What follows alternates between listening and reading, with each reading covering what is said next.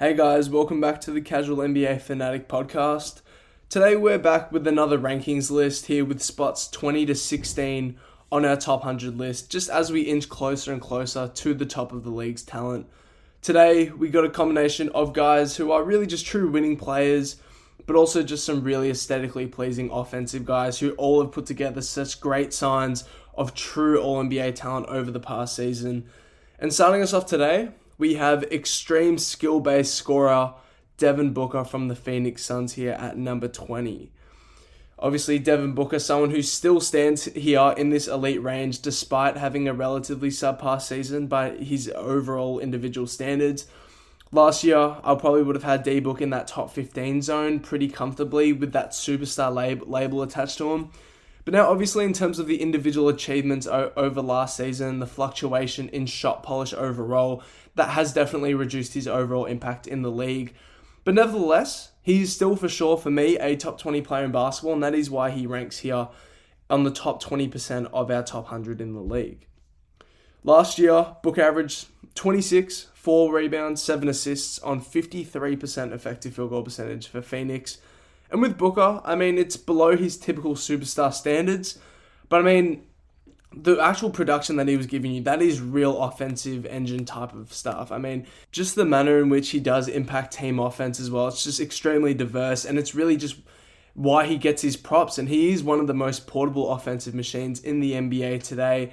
Just a guy who could give you immense impact in a multitude of different roles as a legit passer, scorer off the catch, and an on-ball igniter as well. Last year, Booker was 87th percentile out of isolations, getting you 1.07 points per possession. And last year as well, he was the 71st percentile pick and roll scorer. He was also 96th percentile out of post-ups, albeit low volume as well.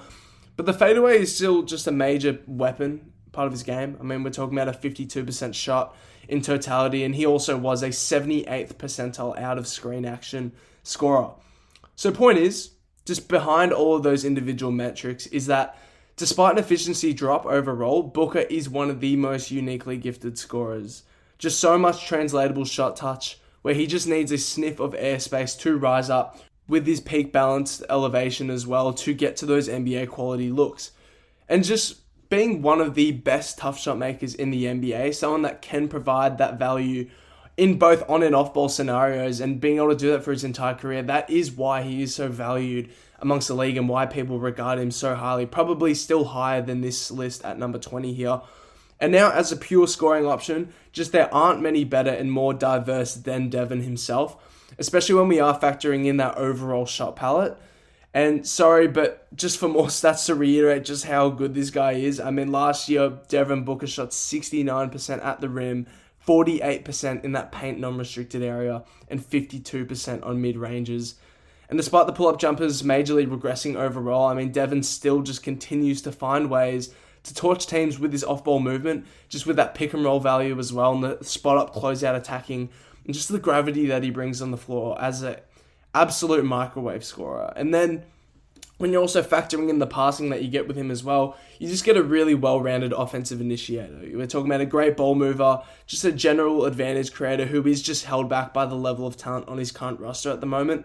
And in terms of making basic reads, Booker has made himself extremely viable as that offensive primary. And he has put back-to-back seasons now averaging 7 assists per game, just a pretty strong mark for any sort of score-first talent that you get amongst the league. And obviously there are knocks on his value. He isn't the most elite physically pressuring driver in the NBA, but overall he does attain sufficient driving attack through his ability to identify those favorable angles, just leveraging that short-range polish on those jumpers as well to open up further driving lanes for him. And he also just does a great job just angling the frame in general around guys, slanting his attacks out of pick and roll and methodically finding those gaps. And really, I guess the drawback is that he does struggle to physically bully and assert those strength advantages to the level of those unstoppable rim pressures in the league. And therefore, though, when the shots aren't raining at the same rate, which they weren't really last year, we can see how Devin can fall into a bit of matchup dependence at that point. And then also defensive side as well, that is another drawback. Obviously, nothing high level there. He isn't exactly impacting team defense at a high level, especially in the regular season. And overall, you'd probably just rank him more as just like serviceable in those regular season contexts. And like despite stepping up decently in as an isolation defensive playmaker in playoff scenes that we've seen the past few years, we just haven't seen that intensity for a consistent stretch last season enough to add it to like the actual value package that he does bring you. But in terms of just the other guys that I do have above Booker, generally they have displayed an ability to truly impact the defensive end at an elite level. And just for Booker, I mean, there just really isn't anything that jumps out about his frame and the athletic abilities that make him a reliable regular season strong point on that end. And look, I mean, hopefully with Booker, the overall polish overall in his game does get back to that insane rate at which we've seen over the past few years. And to be honest, I do see him throwing himself back into that superstar range without a doubt. I just think he needs another season putting it together. Obviously, as a tough shot maker, there is a ton of variance in general, but hopefully understanding he is truly in the heat of his prime. And next season, I mean, hopefully we do see that elite superstar offensive machine and probably just a top 5 scorer on the planet, which we all know he's capable of with that jump shot base and the shot hunting tendencies that Devin still exhibits to this day. And why ultimately I do still have him here ranking at number 20. Now next up, we have maybe the most consistent star for the Eastern Conference champions, and that is two-way versatile force Pascal Siakam, who last year put together one of the most impressive campaigns that we saw from any individual player last year. With Siakam, the massive like actual box that he ticks for me is just the massive trend with the guys that I also have in this range as well, and that is the overall portability of his skill set and the frame that he brings to the game. And with Pascal, he truly brings this with his ability to dominate the margins individually, which he has proven for Indiana just in their past finals run. Obviously, Pascal legitimately one of the most prolific transition forces of last year, just based off the playoff impact. And in the postseason, I mean, Siakam gave Indiana by far the most transition points per game. He was scoring the ball at 1.38 points per possession on 68% field goal percentage. And just elite value that you are getting with the intelligent push-ahead pace, just the massive frame, the long wingspan with those wide releases, the agile body contortion to get that consistent pressuring offense as well. And just truly, he was perfectly built for Indiana's system, just talking about the energy, the non-stop motor, just allowing him to thrive, giving consistent value for a full 48 minutes. And then when you add in the spot-up value that you were getting from your hyper-versatile forward last year, just the improvements in the shooting that we saw. I mean, last playoffs, Pascal was getting you 1.13 points per spot-up possession, and he was shooting 43% on catch-and-shoot threes. And just with one of the most gifted physical and athletic makeups that the game has seen in the past few years. I mean, Pascal absolutely thrived just with an advantage as well, just throughout all of last year, just in that continuous paces attack. And like when you're talking about the actual frame and like what he brings in that physical profile, we're talking about, you know, from balance and coordination to brute strength and weight distribution power. We're talking about footwork, we're talking about vertical agility, we're talking about conditioning, elite stamina. I mean, his actual range of athletic tools, it's just so advanced, and that gives him the versatility as a master of movement for his position. And then when you're also adding in the skill and the shot touch overall, like Pascal last year in the regular season was shooting 73% at the rim, 51% in the paint non-restricted area, and 39% on catch-and-shoot threes, and 48% on fadeaways. And he weaponized the diverse shot palette so strongly as well, and that's where you get this Pascal just being brutally efficient as one of the absolute premier mismatch attacking forces in the league, just with the selectiveness of his ISO possessions, but also just that asserted effort to force cross matches and deep seal for those deep post catches. Just the broad extent on which he could attack you as well, it just made him so valuable to that Indiana system. And last year, we're talking about an 83rd percentile isolation scorer and a 72nd percentile post-up scorer throughout the regular season. So basically, everything that he does across the board is just plus value. And then you're also talking about the cognitive, the effort and skill boxes, like they're all checked completely with Pascal. And then defensively, no, this isn't a super elite force by any standards, but this is one of the best defensive builds in the game. And he also matches that with a competitive motor. I mean, we're talking about a switchable frame, just someone who brings the lateral composure to swarm and staunch some of the best creators in the game. And that was a special addition that we saw to his playoff value last year, just offering decent possessions on guys like SGA and Jalen Brunson, guys who did have trouble overcoming the size and space coverage that Pascal could throw at them on individual occasional possessions. And so really just basically with Pascal, the drawbacks are just so minimal. It's just the overall ceiling for me that holds back Siakam. And in terms of like the overall load that I think Pascal would be able to carry for a team, it just doesn't match the guys that I do have above him on this list. Or it simply just doesn't, or simply just the guys that I have ahead of him are just stronger in the versatility department, just slightly. And obviously last year, just reviewing his overall season, Siakam, 20 points, 7 rebounds, and 3 assists on 57% effective field goal percentage. That is extremely strong production and efficiency for a leading contender. But the only thing is nothing of that really jumps out. And to be honest, I'm not too sure how much of an extended load a guy like Siakam would be able to carry if he was positioned in a more brute force and less talented offensive environment.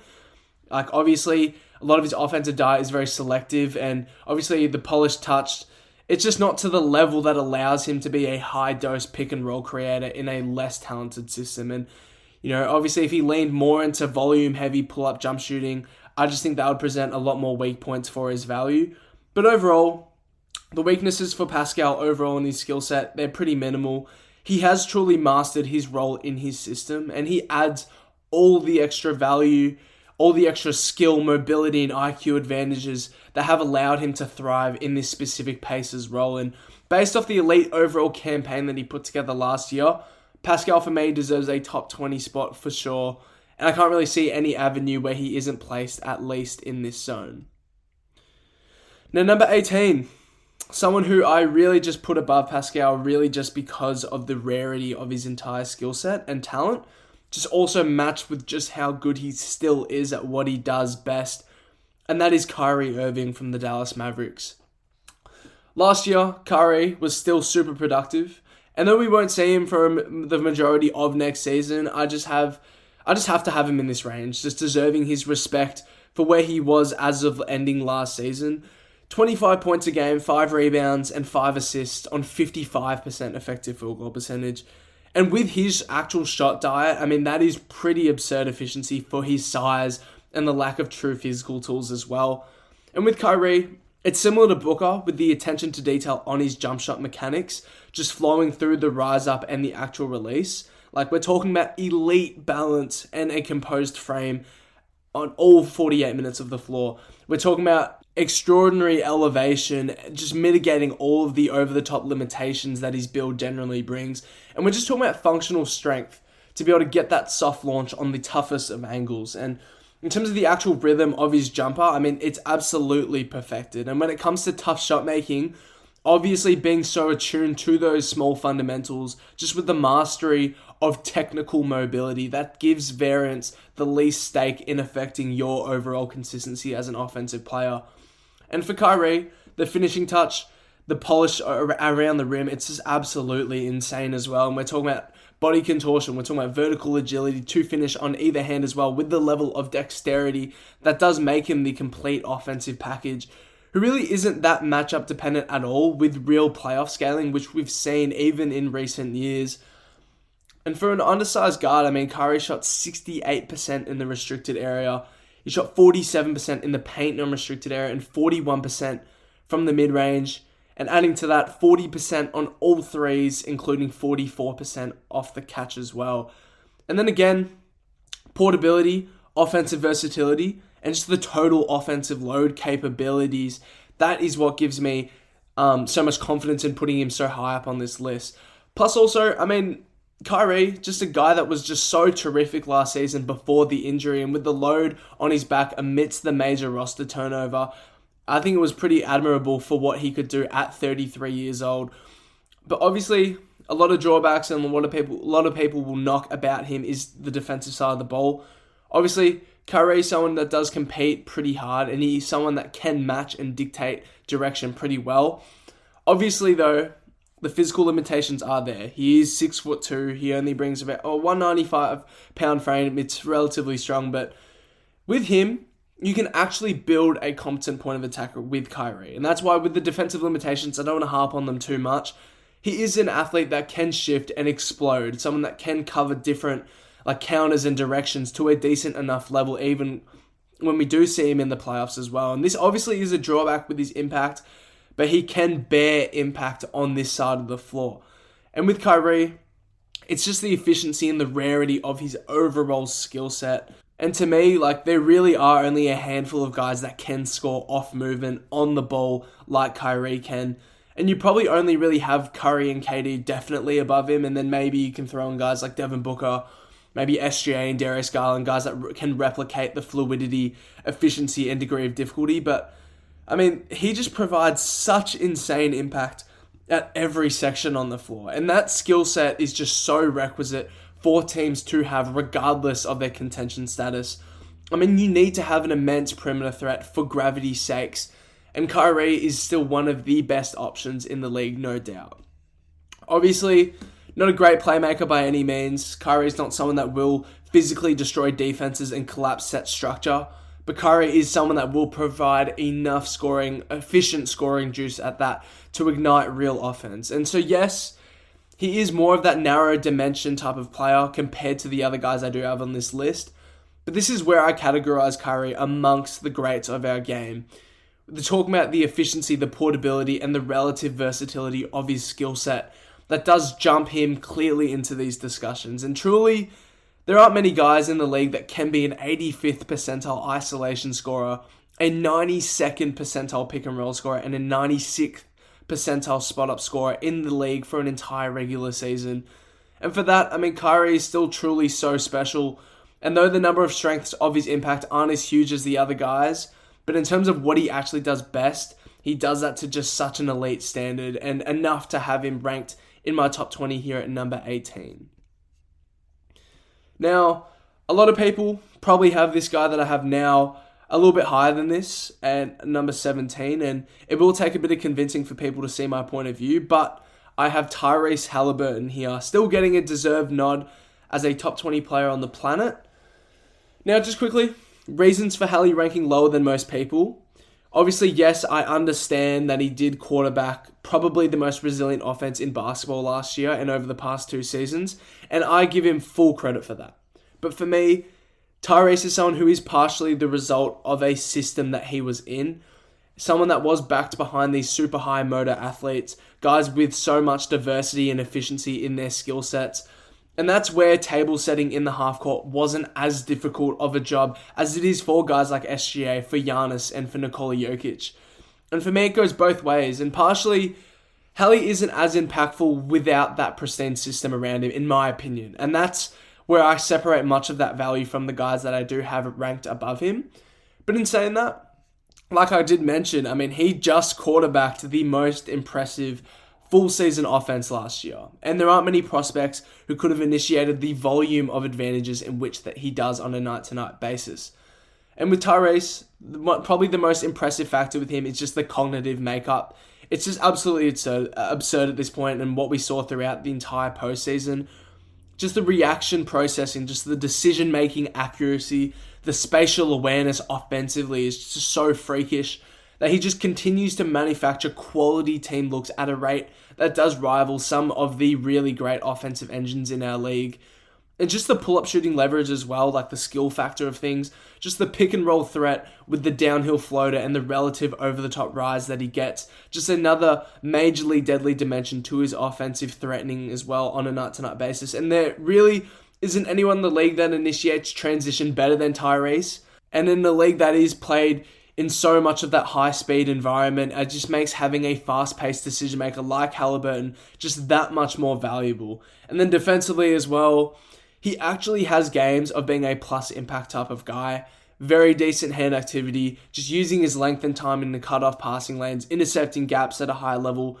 That does make him a serviceable part of a high-tier team defense. And again, that was exhibited highly in the postseason as well.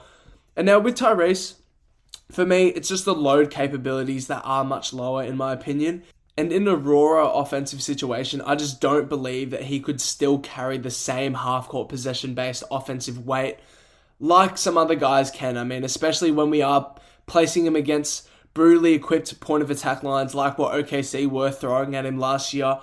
That's really just where he really starts to struggle, and that was in the finals. For me, is that where we really saw a lot of those limitations. Obviously, Anthony Edwards and Nikola Jokic also struggled against OKC. Like, there's no doubt about that. But they didn't struggle the way Tyrese Haliburton did. I mean, 14 points, 5 rebounds, and 6 assists just isn't the level of production required from your best player. And just the struggles against clean physicality and real screen navigation and elite switching bigs, that does mitigate his overall game and comfortability, which obviously OKC, they did that to everyone last year. But for me, it just exposed too much for me to have him ranked a little bit higher than this. But jumping back to just what makes him so extraordinary in the NBA, I mean, we're talking about one of the most picture-perfect, efficient players that the game has ever seen. We're talking about someone that I view highly just as an offensive engine just because of the effectiveness of his play. Obviously, some offensive engines out there can provide more scoring capabilities. There are guys that provide more physical and athletic advantages that I admire a little bit more strongly when we are evaluating through the context of total impact and value to a team.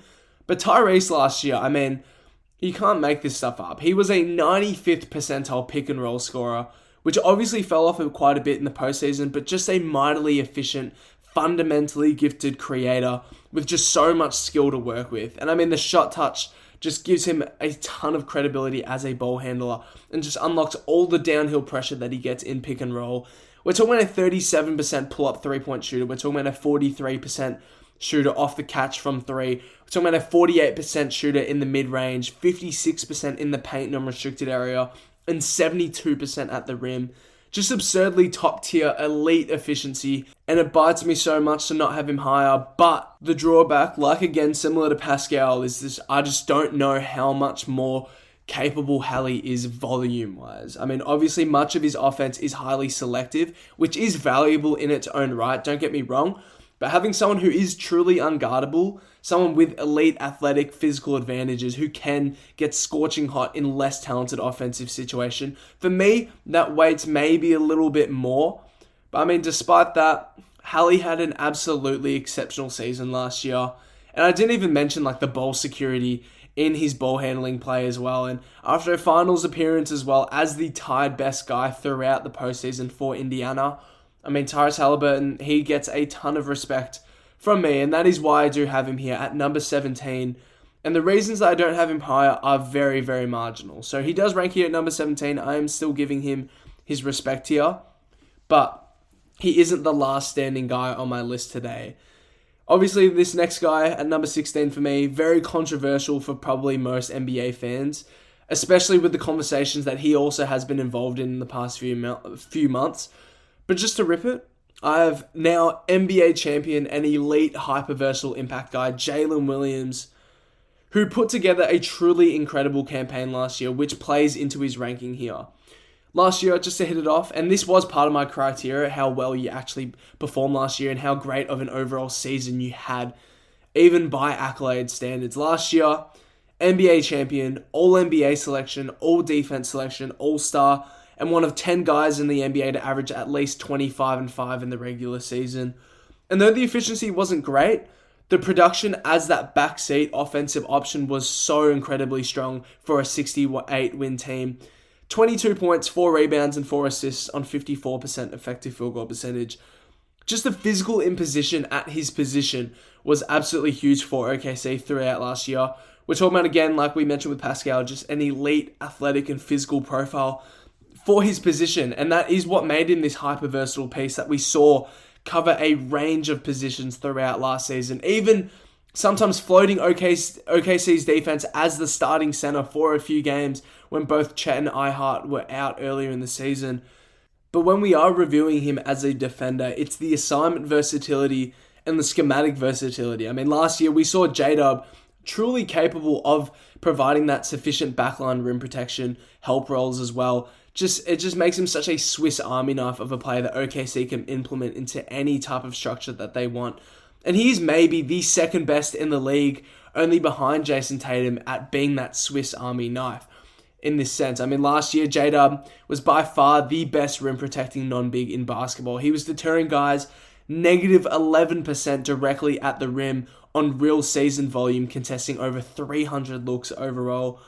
And in general, he was the 8th most effective high-volume shot contester in the league in real close company with players like the Thompson twins, Victor Wembanyama, Jaren Jackson, and other elite guys.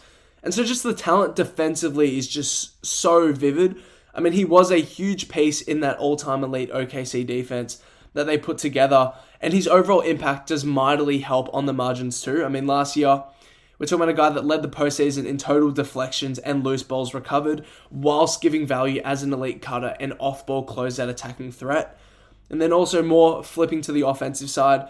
For me, a lot of those numbers that we saw in the postseason in terms of the inefficiency from three was skewed. I mean, we're talking about a guy that was dealing with the wrist injury, where he was dealing with that also in his shooting hand. We're talking about a guy specifically stating that he was dealing with 30 injections in his wrist just in that postseason run to get by. And he was clearly stated, needing to learn alternative shot mechanics just to get by in that postseason. But hopefully now with the surgery out of the way and real time to heal, I just think J-Dub is going to continue to impress us just that much more.